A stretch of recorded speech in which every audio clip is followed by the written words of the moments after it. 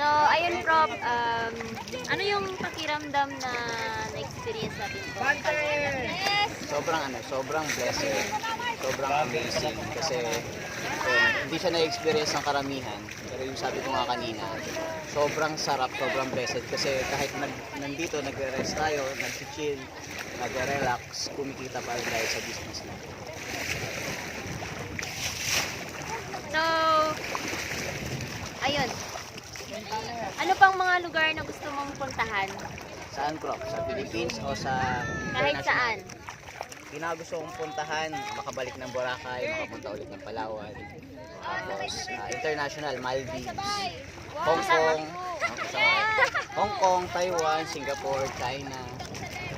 Ma-enjoy yung iba-ibang food, yung ganitong mga lugar, mapag-anuhan. And kasama yung team natin.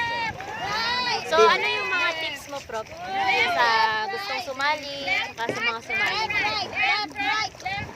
Yung mga tips ko sa mga gustong sumali, mag-decide ka na agad ngayon.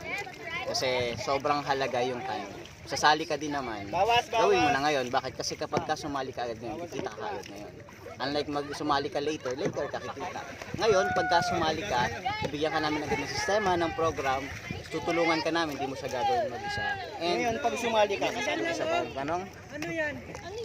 Ano po yung background mo dati? Yung background ko, Prof, dati po akong artista. Joke lang.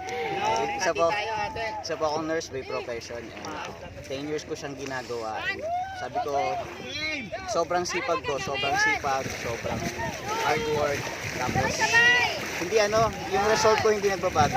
Kaya naghanap ako ng magandang opportunity na magkakaroon ako ng time freedom, ng financial freedom. So, sobrang blessed kasi binigay itong easy sa atin. Tapos, ginagawa ko siya, Prof, ngayon. Mag-1 year na ako na February. So, thank you so much, Prof. Rick. Thank you, Prof. Nakaka-inspire ka po. God bless.